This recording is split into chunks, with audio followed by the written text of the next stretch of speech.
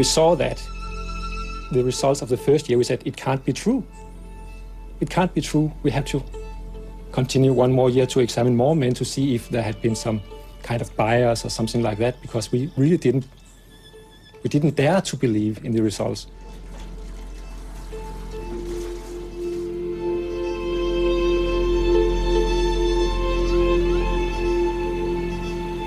For us, the real shock was the first couple of years. In fact, we didn't even believe the first study. We put the chemicals on incredibly low concentrations, part per trillion concentrations. We got sex reversal. We said, no, something's wrong. So this doesn't, we don't believe this. We repeated it the next year, got the same results.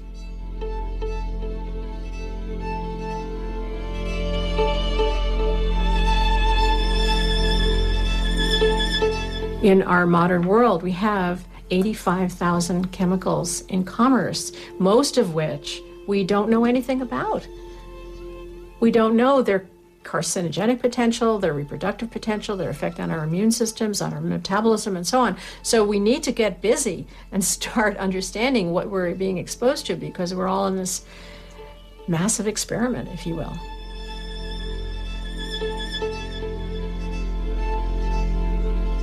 Jesu li kemijske molekule koje su se oko nas pojavile prije 50 godina opasne za našu sposobnost reprodukcije? Mnogi znanstvenici postavljaju takva pitanja. Njihove su discipline različite: proučavanje divljih životinja, biologija, toksikologija, onkologija. Jednoga dana postigli su zaprepašćujući rezultat. Neke kemijske molekule vjerojatno mogu zavarati hormonalni sustav živih bića. To je odvažna i kontroverzna hipoteza koja pobija mnogobrojna znanstvena istraživanja. Ako imaju pravo, treba promisliti o našem načinu života. Ta je zamisao provokativna i na visini postavljenog izazova. In my opinion, the male reproductive health problems and the infertility problems that we are facing now are so important that potentially they are as important as global warming. Muškarci u opasnosti.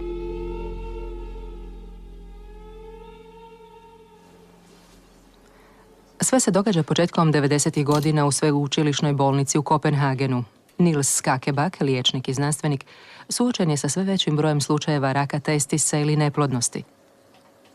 Skakebak postavlja pitanje: radi li se o bolesti muškoga reproduktivnog sustava? Zato počinje s opsežnim istraživanjem. U podrumima knjižnice Skakebak marljivo proučava spise koji potječu još od 30. godina i pregledava više od 60 istraživanja provedenih u svijetu. I iz toga izvlači korisne zaključke. U 50 godina broj spermatozoida u muškaraca pao je 50%. It was certainly not what I expected to be, because the conclusion of the previous publication had been that there should be no decline in semen quality. So I was very surprised that we found such a significant decline. There were all sorts of controversies. Some people felt we had been using wrong pipettes, and others challenged the statistics, others challenged the methods, the selection of papers and so forth. Razvila se burna rasprava, te su napali danskog znanstvenika posumnjavši u njegove kvalitete. Da bi istraživanje bilo valjano, trebalo ga je potvrditi. Skakebak je sve izvore i dokumente proslijedio uglednoj znanstvenici koju je imenovala Američka akademija znanosti.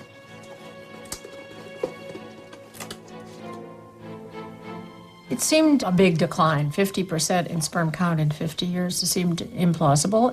If you think about continuing that decline at that rate, it's pretty alarming. So it was important to decide whether it was true or not. We made a very systematic analysis of each of the studies that went into this. And this took 4 months, and 3 people working for 4 months.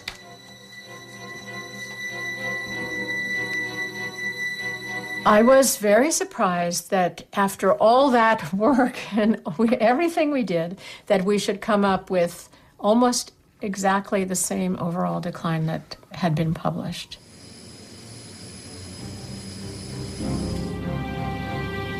U Parizu unatoč svemu prevladava skepticizam. Za razliku od različitih materijala kojima se koristio Skakebak, u Parizu je banka sperme s veoma preciznim podacima.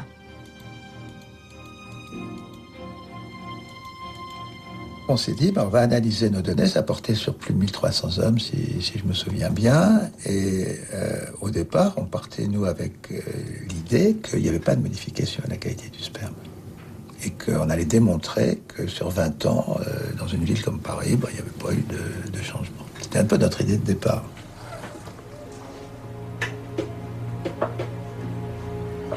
Pariški su donori homogena populacija. Svi su roditelji bar jednog djeteta. Njihovi savršeno dokumentirani dosjei čuvaju se u arhivi u banci sperme. Zbog njegove preciznosti na to će se istraživanje pozivati u cijelome svijetu. Njegovi su zaključci alarmantni. U 20 godina pad broja spermatozoida u Parižana približava se broju od 40%, gotovo 2% na godinu. Iako Pierre Jouanet u Francuskoj nije imao novca za nastavak svojeg istraživanja, a u ministarstvu su mu rekli da brojenje spermatozoida nije znanost, danske su vlasti mnogo ozbiljnije pristupile problemu. Jer bude li se taj pad nastavio, sposobnost razmnožavanja ljudi biće na kocki. Danci su 1996. godine pokrenuli program proučavanja 400 osoba na godinu. Rezultati nisu baš utješni. Jedan od 5 mladih Danaca ima veoma slabu kvalitetu sperme, dovoljno da to utječe na njegovu plodnost. Pogledajte spermu ovog mladog donora u usporedbi s uzorkom dobre kvalitete. Spermatozoida ima manje su pokretljivi, neki imaju 2 glave. It concerns me not just because of there are too few people being born in Denmark, but also it is of concern that something actually hits the humans that we don't control. We don't know what it is that affects us. We can just see that we are affected, and we cannot control it. The question is, what is the reason behind this poor semen quality?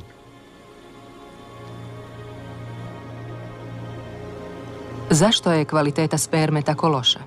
Zašto je tako velik porast slučajeva raka testisa? Više od 400% u 60 godina.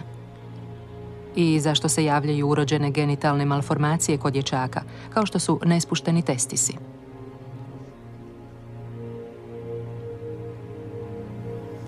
Niels Skakebak misli da su ta 3 fenomena povezana. Njegovo se mišljenje temelji na najalarmantnijem otkriću. U kanceroznim tumorima jajnika odraslih osoba pronašao je stanice slične stanicama fetusa.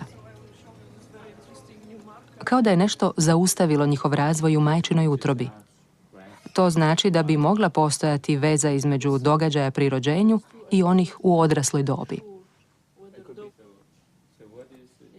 In Danish you use the term the coin fell, which means that suddenly you can see the broader picture. And with the broader picture we could see was that testicular cancer, male infertility, undescended testes, and also some disorders of sexual development, we call it hypospadias, may all have a common origin in fetal life.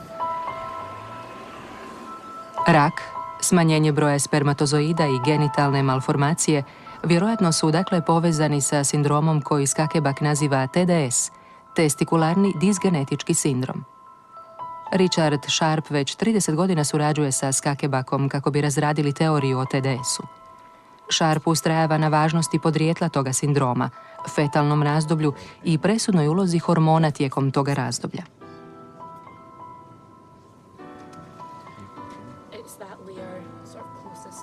The most important event in a male's life occurs in fetal life. I think it's not widely appreciated that each fetus in humans is really programmed to become a female. So that's what we call the setup program. Everyone will become a female. So to become a male, you've got to modify that setup program. And the first event is to form a testis. And so that's what our Y chromosome results in the formation of a testis. So that's the key event. But in fact, that still doesn't make you a male. So what makes you become a male is when those testes make hormones. And so the most important is testosterone. It's its production by the fetus, which essentially completely modifies the setup program. But I think the other thing that people need to think about is the fact that because it's something that has to bring about change, then it's, if you like, it's also risky because things could go wrong with it. So we need to be extra specially cautious about factors that may be acting in pregnancy. Because if factors cause an effect in pregnancy and affect the fetus, then that's likely to be an irreversible change. U povijesti medicine postoji tragičan primjer izlaganja fetusa vanjskim čimbenicima. Dietilstilbestrol, koji se od 50. do 80. godina naveliko propisivao, ženski je sintetski hormon, to jest kemijski estrogen. Prodavali su ga kao čudotvorni lijek za koji se smatralo da sprečava spontani pobačaj, te ga je primilo više od 6 milijuna žena. No, čudo se pretvorilo u noćnu moru. Izložena novorođenčad u odrasloj dobi razvila malformacije reproduktivnog sustava, katkada čak i rak. Za liječnike je to bio strašan šok. Prvi su u put shvatili dugoročan utjecaj jedne kemijske molekule. Žrtve dietilstilbestrola su majke koje su ga primile i njihova djeca.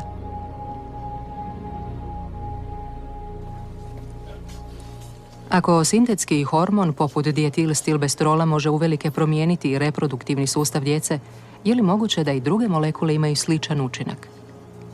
Je li, na primjer, moguće da su majke mladih danaca koji dolaze u bolnicu i ne znajući bile izložene vanjskoj opasnosti?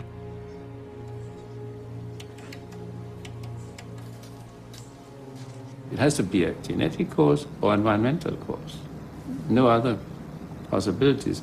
And such a dramatic change in disease pattern over such a short time can only be due to environmental factors, including lifestyle.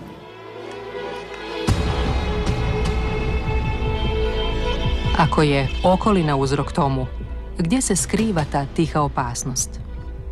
Začudo proučavanje divljih životinja daju iste rezultate kao i ona danskih znanstvenika. Lou Gillett već 20 godina proučava aligatore u mnogobrojnim jezerima na Floridi.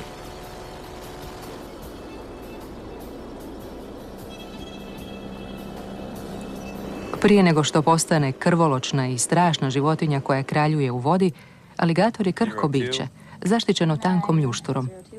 Na samom početku Lou Gillett je, proučavajući jaja, opazio podmuklo zlo koje je izjedalo kraljevstvo aligatora. You did? Yeah. I think one of the biggest surprises that we had when we started this work in the late 1980s was that so many eggs that we collected from what appeared to be clean, healthy lakes died. 50% of the eggs that we collected never produced a viable offspring. They were either infertile or the embryo had died early in embryonic development. We had no idea what caused this death. And one of the things that we also found were abnormalities of the reproductive system in hatchlings. And one of our concerns was this only a problem for newborn animals, or did this persist in life? Kako bi to doznali, trebaju uhvatiti mladunčad odrasle životinje, i to noću kada su najaktivnije.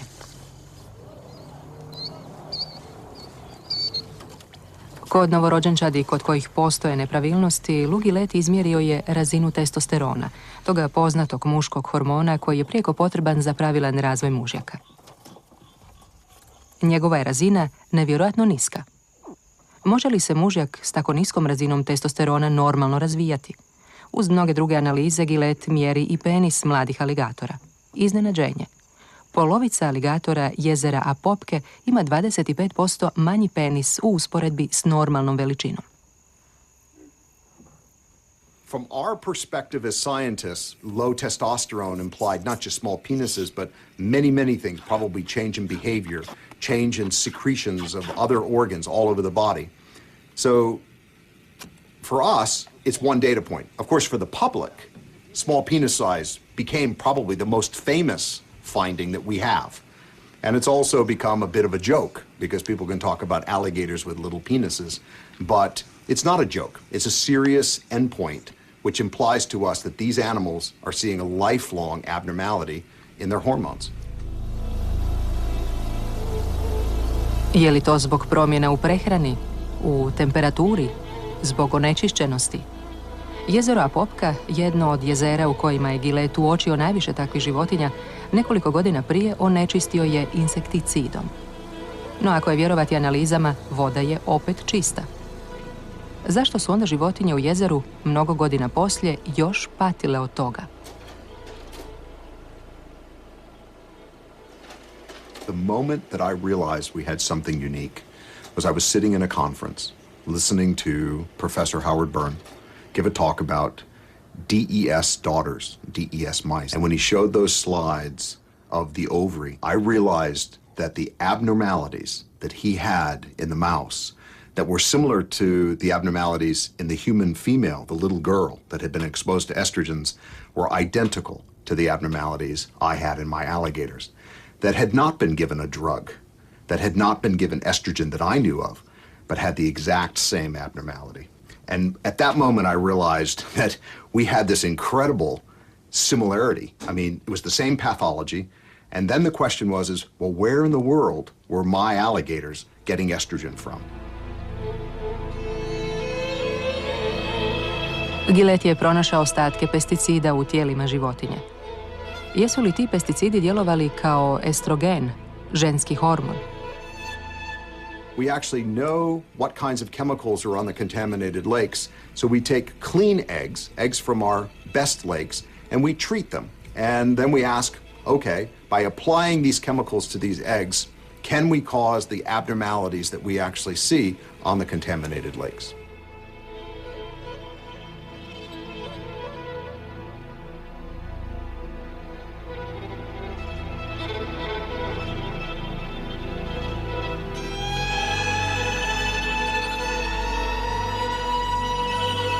We can show by giving these compounds that we can alter penis development. We can show that we've altered the development of the testis. Or if we give estrogens at very low levels to the females, we alter ovary development. I think for me, these observations, that you could expose a developing embryo to low levels of chemical, is the reason why I became so concerned.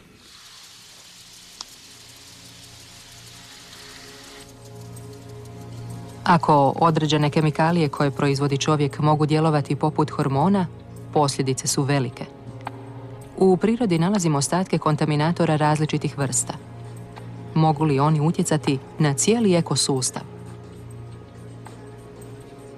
Tyrone Hayes svjetski je stručnjak za vodozemce. Žabe žive u veoma raznolikom okolišu. U barama, potocima, rijekama, u zaštićenim područjima te u područjima intenzivne poljoprivrede. Na zahtjev farmakokemijske grupe Syngenta, Hayes je na žabama testirao učinke njihova najprodavanijeg herbicida na svijetu, atrazina. U svojem laboratoriju na sveučilištu Berkeley u Kaliforniji, Hayes je punoglavce izložio vrlo malim količinama atrazina, jednakim onima kojih ima u okolišu.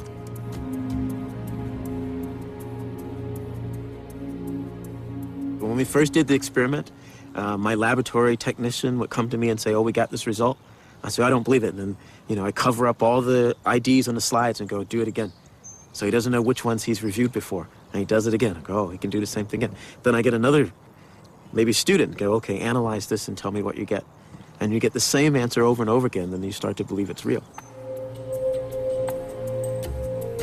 Mužjaci izloženi atrazinu postali su hermafroditi. Njihovi testisi sadržavaju jajašca. New York Times je pisao o tom istraživanju koje je izazvalo velike kontroverze, jer su male količine što ih je rabio Hayes smatrane bezazlenima. Grupa Syngenta opovrgnula je i prestala financirati Hayesova istraživanja. Dok su drugi znanstvenici nastojali ponoviti eksperiment u laboratoriju, Hayes je nastavio svoje istraživanje na terenu. Broj vodozemaca u svijetu pada. Gotovo polovica bi mogla nestati, a nitko ne zna zašto.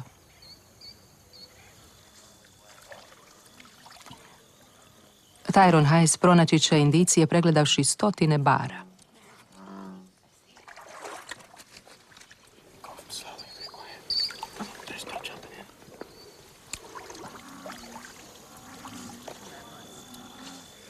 Catch! Catch. Catch. Male.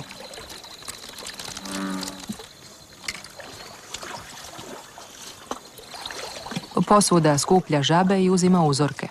Uspoređuje čista i onečišćena područja, pokušavajući ustanoviti poveznice između stupnja onečišćenja i abnormalnosti.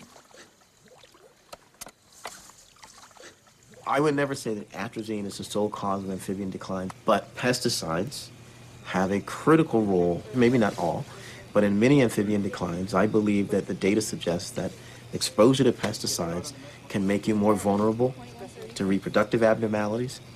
If you're exposed to a pesticide mixture that prevents metamorphosis and your pond dries up, directly you die because the pond dries up. But the reason that you didn't metamorphose and escape the pond was that you were exposed to pesticides that inhibited your metamorphosis. I believe we have very good data now that exposure to pesticides causes immune failure. Žabe, aligatori, ali i kornjače, ribe, ptice. Proučavatelji divljih životinja posvud otkrivaju manjkave spolne organe, smanjenu plodnost, poremećaje u ponašanju. Kod takvih životinja koncentracija hormona nije normalna, kao da su neke kemijske molekule zavarale endokrini sustav. When we think about endocrinology, and we think about how the system works, we talk about lock and key. The receptor is the lock and the hormone, the chemical, is the key. And one of the things we're starting to realize is that we used to think that the key had to be exact. Like all of us carry around a key, we hope that nobody else has the key to our house or our car. But what we're starting to realize with endocrine disruption is that there may be hundreds of keys that can interact with this lock. And that's a little scary because sometimes it actually can make this lock do things which are abnormal. That is, the cells can be abnormal, or it can actually mimic kind of our normal key. That is, it actually can mimic a function in the body which we hoped wasn't happening.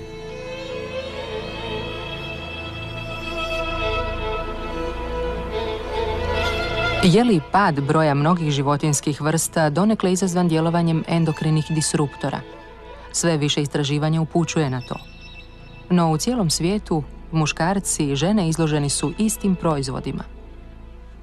Although we might think so, humans aren't all that different from the other animals around us. Many of the genes that regulate our development, whether or not we grow an arm or a leg or an ear, are the same genes that are regulating those events in birds, in turtles, you name it. And in much the same way, the hormones that we produce, testosterone, estrogen, thyroid hormone, corticosterone, those same hormones are produced in fish and frogs. And so if you see effects in one type of wildlife, why wouldn't you expect that those same effects would occur in humans? The exposure might be different. We don't swim in the water like a fish, but we might drink that water.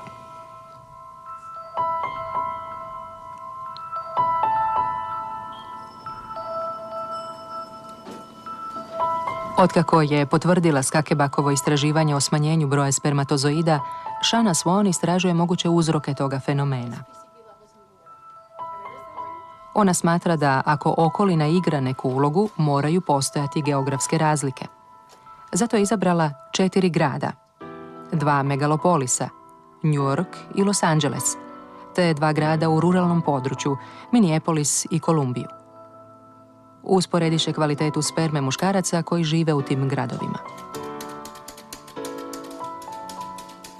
I thought people in the country, I mean, the sort of idyllic, pastoral, scene should be very safe and healthy. And then the big, dirty city stress and so on should make things bad. That was my prior hypothesis. But it was the reverse.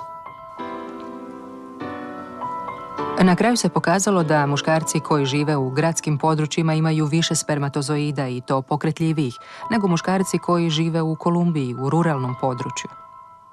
And then we asked, what is it about central Missouri that's different from Minneapolis, which is a big city? We suspected agricultural chemicals because in Missouri there's more than half the land was farmland. In Minneapolis, almost none of the land around the center was farmland. So that was one big difference. And so we said, could it be something in the environment from these chemicals used on agriculture that could be responsible? We had collected urine from the men when they gave their semen sample. And so with the urine, we could look at pesticides.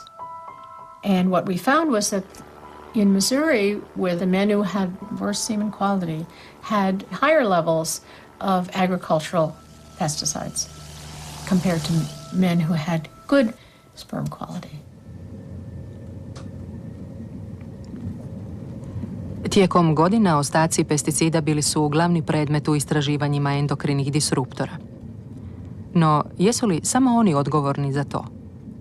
Kako se u znanosti često događa, odgovor će doći slučajno. Ta slučajnost pokazat će da su endokrini disruptori zahvatili našu svakodnevicu, da postoje tamo gdje nitko nije niti pomišljao da bi mogli biti. Ana Soto i Carlos Sonnenschein biolozi su koji proučavaju kancerozne stanice. Kako bi ih umnožili, izlažu ih ženskim hormonima, estrogenima. No jednoga dana čak i kontrolne stanice koje nisu bile izložene tim hormonima počele su se umnožavati.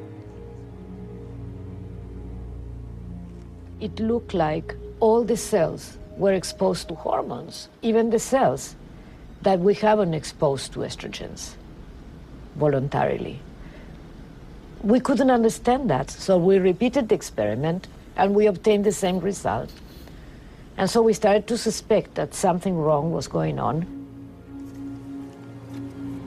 Biće potrebni mjeseci istraživanja kako bi se pronašao ključ te zagonetke. Kontaminacija dolazila iz plastične epruvete. Plastika, taj materijal koji se smatra inertnim, sadržavao je sastojak koji je djelovao kao ženski hormoni, te je izazvao umnožavanje kanceroznih stanica. First of all, we were surprised. Second, immediately you think of the consequences of that. For example, well, if it's in the plastic in my labware, it could be in baby bottles. And then it means that if that was the case, babies were exposed to hormones. Deterdženti, limenke, plastika, ambalaže. Soto i Sonnenschein testirali su sastojke iz 50-ak proizvoda koji se redovito upotrebljavaju. U tim su proizvodima pronašli i kemijske molekule hormonalnog učinka, poput bisfenola A ili nonilfenola. Doduše u malim količinama. Premalim, tvrde njihovi protivnici, da bi izazvali ikakve posljedice. Jer u toksikologiji postoji zlatno pravilo: količina čini otrov. To jest, proizvod postaje toksičan samo u određenim količinama. S te strane, taj se proizvod smatra bezazlenim.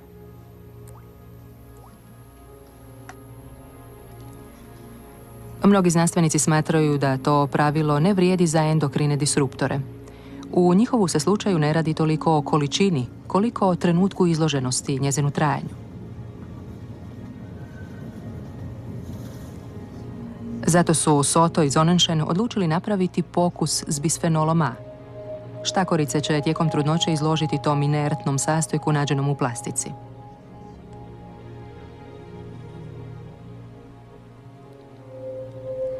Tijekom 15 dana cijevčica postavljena u leđa životinje ispušta kemijsku molekulu. Soto i Sonnenschein žele doznati hoće li mladunci na taj način izloženi estrogenskoj molekuli imati kakve posljedice kada dođu na svijet, a onda i u odrasloj dobi. Rezultati premašuju njihova najcrnja predviđanja. These rats, when they reached early adulthood, developed preneoplastic lesions. 100% of the rats developed preneoplastic lesions at all the doses we tested, even at low doses. And I asked the question, does breast cancer start in the womb? We are not proving that one thing is the cause and the other is the effect. But that reinforces the hypothesis that has to be tested. Are these xenoestrogens that have been introduced in the environment during the last 50 years the cause of this sudden increase in breast cancer incidence? Nitko ne razumije nagli porast broja slučajeva raka dojke. 1960. godine od njega je bolovala 1 žena od 20, a danas 1 žena od 8.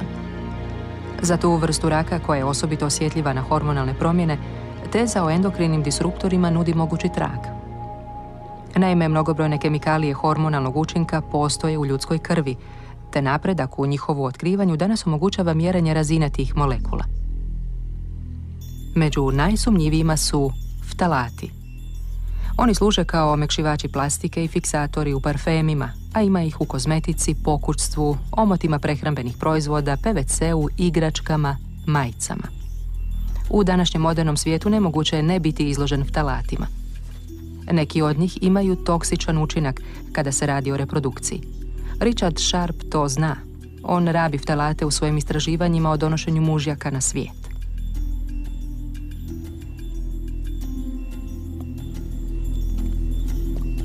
Trudne će štakorice izložiti ftalatima i promatrati i razvoj mladih mužjaka.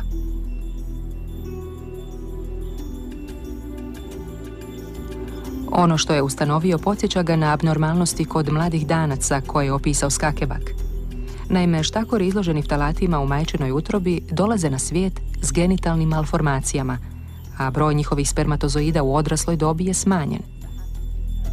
Sharp je uspio kod živih životinja izazvati sindrom koji je kod ljudi proučavala Skakebakova ekipa, poznati TDS.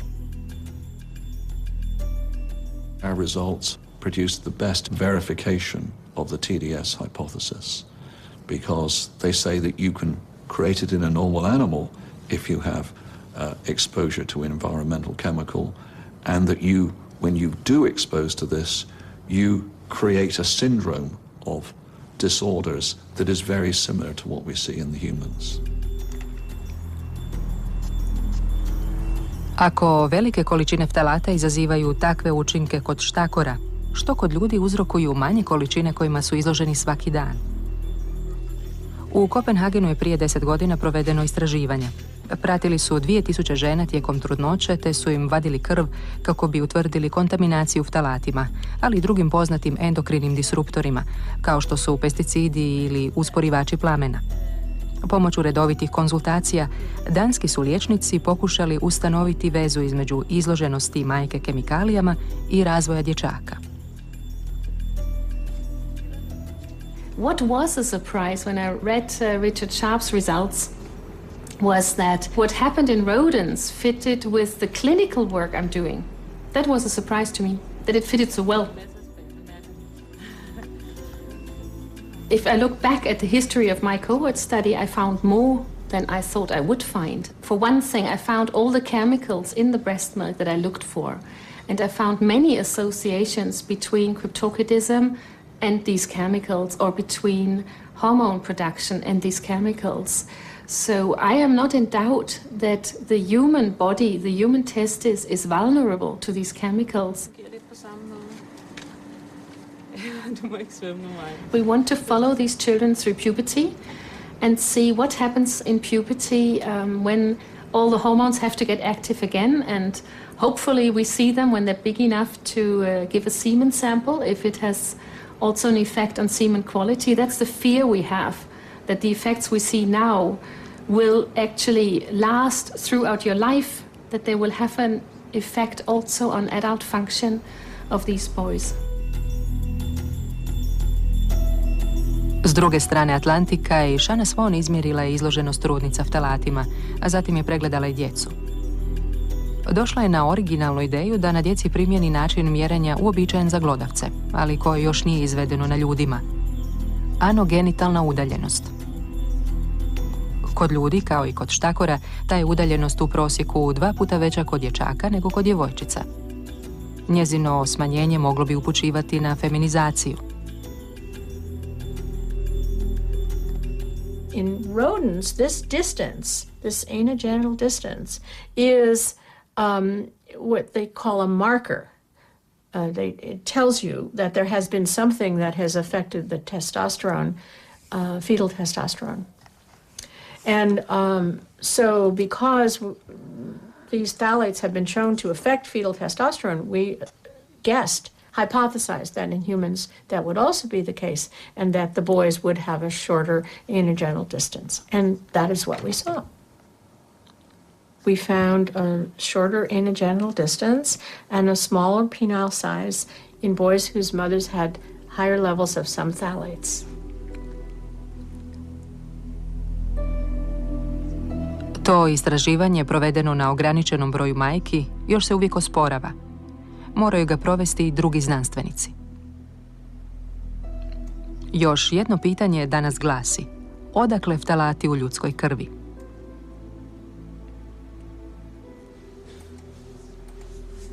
We have never measured on a biological matrix, that can be breast milk or blood or urine, where we could not measure phthalates. We have never seen a person who was not exposed. So everybody are exposed to phthalates. A major source of some of the phthalates are from cosmetics. The lotions that every woman I know put on the skin every morning.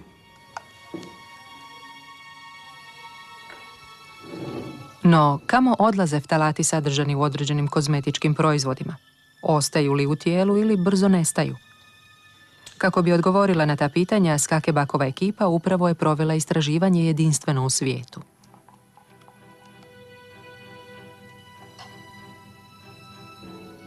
Dvadeset šest mladića mazali su kremom od glave do pete, svaki dan tijekom 2 tjedna. Prvoga tjedna rabili su običnu kremu, a drugoga tjedna istu tu kremu s 2 ftalata i parabenom, koji se često rabe. Nakon nanošenja znanstvenici su im izvadili krv kako bi izmjerili razinu hormona te ostatke ftalata i parabena. You have to consider that if you don't want to eat it, you should not put it on your skin, because it will incite you. If you put some lotion on your skin, you can try and put some on the table at the same time. Then it will stay on the table. It doesn't evaporate or anything. After 10 minutes, you still have a drop there, but when you look at your skin, it's gone. Where did it go? It went into you, of course. Couldn't go anywhere else. So when you put a cream on with phthalates, those phthalate ends inside you, and it will give you a huge peak in your blood with phthalate, because you put it on your whole body and it goes into you and it goes into the blood. Samo 1 sat nakon nanošenja u krvi nalazimo tragove ftalata. Istina je da ti metaboliti nestaju nakon 24 sata. No ako se krema rabi svaki dan, izloženost je stalna. Indicije postaju sve brojnije i suprotno drugim zemljama koje čekaju jasna i definitivna jamstva, Danska je odlučila djelovati. 2006. godine pokrenula je kampanju za zaštitu trudnica. Kao mjeru sigurnosti, Ministarstvo za okoliš savjetovalo je svim budućim majkama da izbjegavaju određene proizvode, kao što su kozmetička sredstva, boje za kosu, boja. Ukupno 9 savjeta podijeljeno je svim rodilištima u zemlji.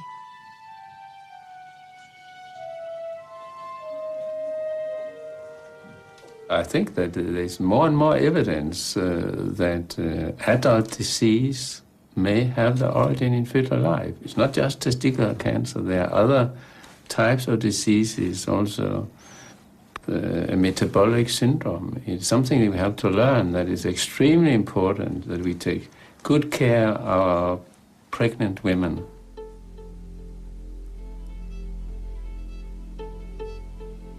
Znanstvenici su se složili. Od prvih trenutaka života okolina ulazi u igru i poigrava se osjetljivošću hormonalne ravnoteže.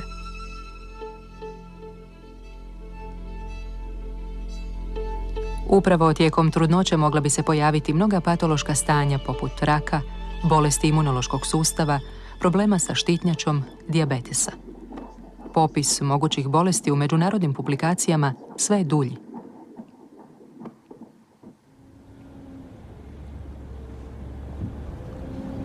Već 10 godina sve više takvih istraživanja i određivanje novih sumnjivih tvari natjeralo je predstavnike kemijske industrije da reagiraju. Oni podupiru određena istraživanja, druga pak prestaju financirati, te se informiraju o sasvim novim rezultatima. David Cadogan predstavnik je Europske industrije ftalata, a u Kopenhagenu će sudjelovati na simpoziju u organizaciji Skakebaka i njegove ekipe. Taj se simpozij održava svake 2 godine i vrlo je važno da se okupljaju svi koji proučavaju endokrine disruptore. Tijekom godina taj se krug proširio i pionirima su se pridružili novi ikonoklasti.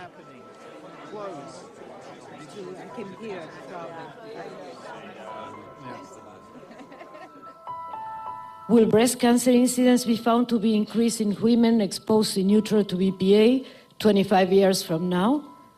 And what we should do in between?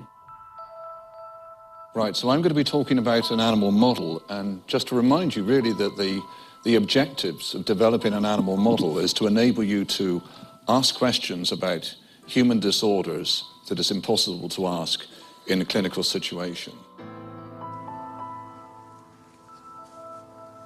Aren't you too anxious about what you've heard today about phthalates? No, I'm not, because we're still talking about effects in rodents, and I believe when we have all the information that we will find these effects are not relevant to humans. Has been written by Jerry Heindel as a workshop report. Predstavnici industrije informiraju se o svim novim istraživanjima. Njihov je cilj predvidjeti buduće sukobe, kada se, na primjer, pojave problemi zabrane. Trenutačno treba zaustaviti istraživanja, poduprijeti sumnju, dobiti na vremenu. So I talked to the phthalate toxicologists we know here and colleagues and said, what do you measure? What do you see? What should we measure? Because we don't know how this dysmorphology would manifest itself in humans if it existed. And we put together this exam. So we measured the anogenital distance. For the first time, an effect has been observed on humans. Exactly. I am not worried because I do not believe the data. I believe there are some fundamental flaws in her experimental technique. This is not a surprise. This is what industry does to counter science that they don't like. It's their job. That's his job to criticize me, and my job to do the best study I can. No, I haven't got a field, no, sorry. No. I definitely feel I belong to a community. I even tell people this is my scientific family. We were actually attacked as, what did they call us? Endocrine disruptor crybabies. Or truth disruptors. We need to support each other because it's not a field that's been accepted in the broader scientific community very easily. We are now growing in acceptance and it's becoming much easier. But for a long time we had to hold on to each other for support because we were under attack. Učinak endokrinih disruptora postao je pitanje javnog zdravstva. Između znanstvenih podataka i lobiranja industrije, rasprava se premješta na politički teren. The possible consequences of endocrine disruption are of great concern. The cost of inaction for endocrine disruptors in terms of human and environmental health now and in the future may run very high. It may very soon be about time to call the precautionary principle to the mind of colleagues. Please, I ask you as scientists to give us the tools we need to take effective action.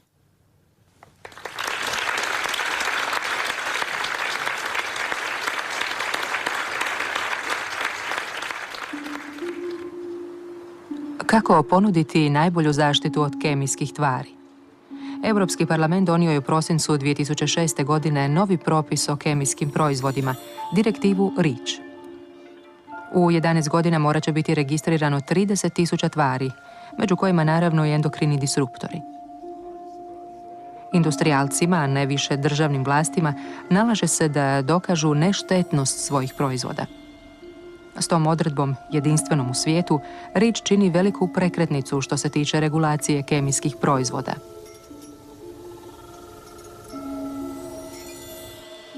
Još moramo vidjeti kako će se primjenjivati. Intenzivnim lobiranjem, kemijska industrija odnijela je nekoliko pobjeda. Tako će moći dobiti dozvolu za korištenje opasnih kemijskih proizvoda ako dokaže da je svladala opasnosti. Svladavanje opasnosti. To je neuništivo načelo industrijalaca. Svim istraživanjima koja pokazuju hormonalni učinak određenih molekula, oni suprotstavljaju druga istraživanja i pokazuju mirnoću svojstvenu dobrom ocu obitelji. So what would you answer to people who are concerned? I would say they can, or you can be reasonably certain that the products that are currently on the market have been assessed under the question of endocrine disruption and can be used safely for you and for your children as well.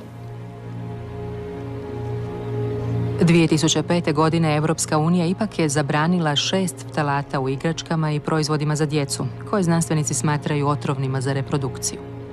Tu odluku industrija je ocijenila više političkom nego znanstvenom.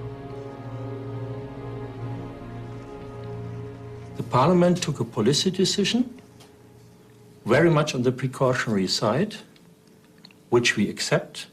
However, we still think this is much overdue and causes more concerns in the public than safety. Because if this is a way we assess substances in the future, any assessment under REACH, which is scientific sound-based, can be politically overruled. And I don't think it's a liable way to go forward if Europe wants to be an innovative region in the world. Industrijalci se malo pomalo bore, braneći svaku molekulu jednu za drugom. No, je li danas doista o tome riječ? Jer sva su živa bića izložena ne samo jednoj molekuli, nego cijelom koktelu molekula. Koji je učinak toga koktela? U jednoj od najvećih europskih jedinica za laboratorijske životinje, danska ekipa bacila se na golem posao. Izlaganje 1200 štakora mješavini male količine 3 molekula, ftalata i 2 pesticida. Davali su ih štakoricama tijekom trudnoće. Nakon toga, pregledavali su mladunce sve do odrasle dobi.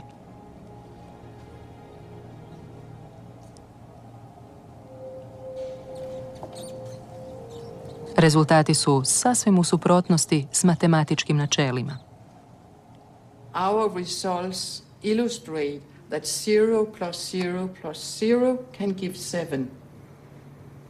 And that means when you have 3 chemicals, you would say chemical number 1, this is a 0 effect level, no problem. The same for chemical number 2, the same for chemical number 3. What our results are showing is if you have a mixture of chemical 1, 2 and 3, you have clear effects. What was a really big surprise was that the males actually didn't look at the high doses of the mixture. They didn't look like males. They had a very high frequency of malformations, and on some endpoints they actually looked a lot like females. We were so surprised that we hadn't expected to see it that bad.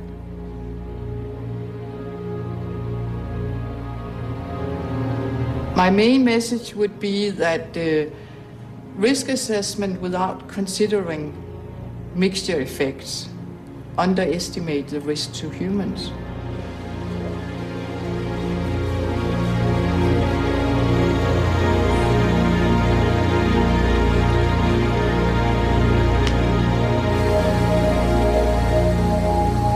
There is no legislation in place anywhere in the world that adds up the contribution from different compounds. It has all been made one compound at the time. And it has worked so far, there's no argument about that. But it is starting to break down because the number of compounds is so high now that we can no longer say you can look at them one at a time. It doesn't work. It is starting to break down. There will be some scandals coming.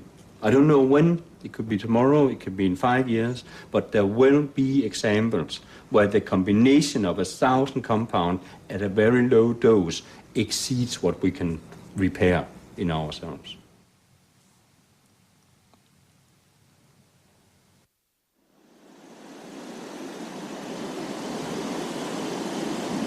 Ovo je priča o morskim puževima, a u ovom svijetu nevidljivih opasnosti nudi dozu optimizma. Ona dokazuje korisnost određenih uzbuna koje podižu znanstvenici i pokazuje da se još može nešto poduzeti.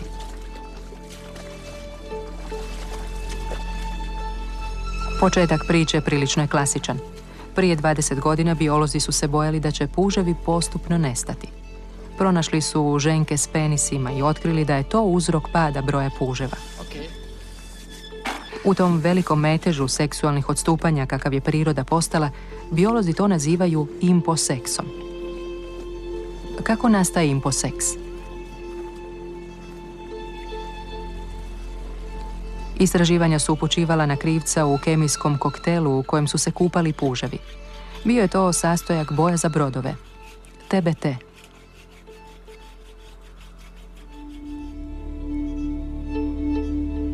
Počela je borba za preživljavanje tih puževa, zagonetnih čuvara naših obala.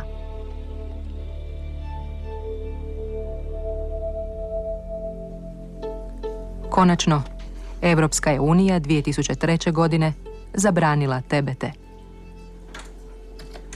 Unmittelbar nach diesem Verbot, mit einer Verzögerung von einem Jahr, sehen wir jetzt an allen Untersuchungsstellen, die wir hier in Frankreich haben, einen dramatischen Rückgang der Belastung. An Standorten, wo früher keine Reproduktion, keine Fortpflanzung möglich war, treten jetzt plötzlich wieder Eikapseln auf. Das heißt, die Populationen verjüngen sich selbstständig.